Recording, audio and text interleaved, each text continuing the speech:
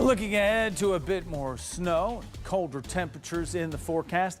10 TV's Kristen McFarland shows us all how to keep our homes in good shape and what you should do now to avoid costly repairs later. Winter weather is here, and with frigid temperatures, that means icy sidewalks where one misstep could turn into a tumble.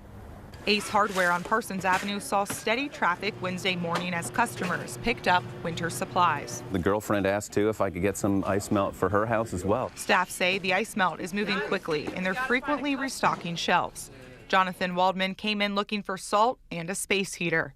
Something that'll keep my back of my house warm and I can stand in my kitchen without being chilly.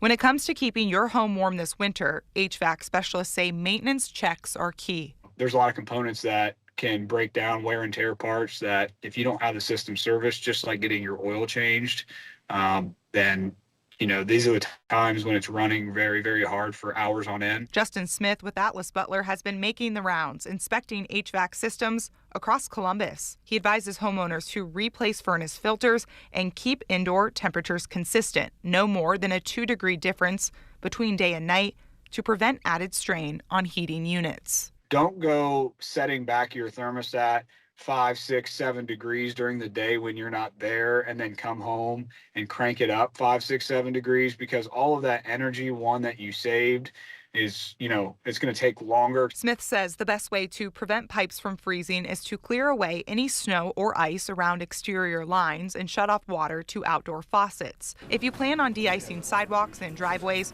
Ace Hardware says do it now before the next round of snow on Thursday. Reporting in Columbus, Kristen McFarland, 10 TV News.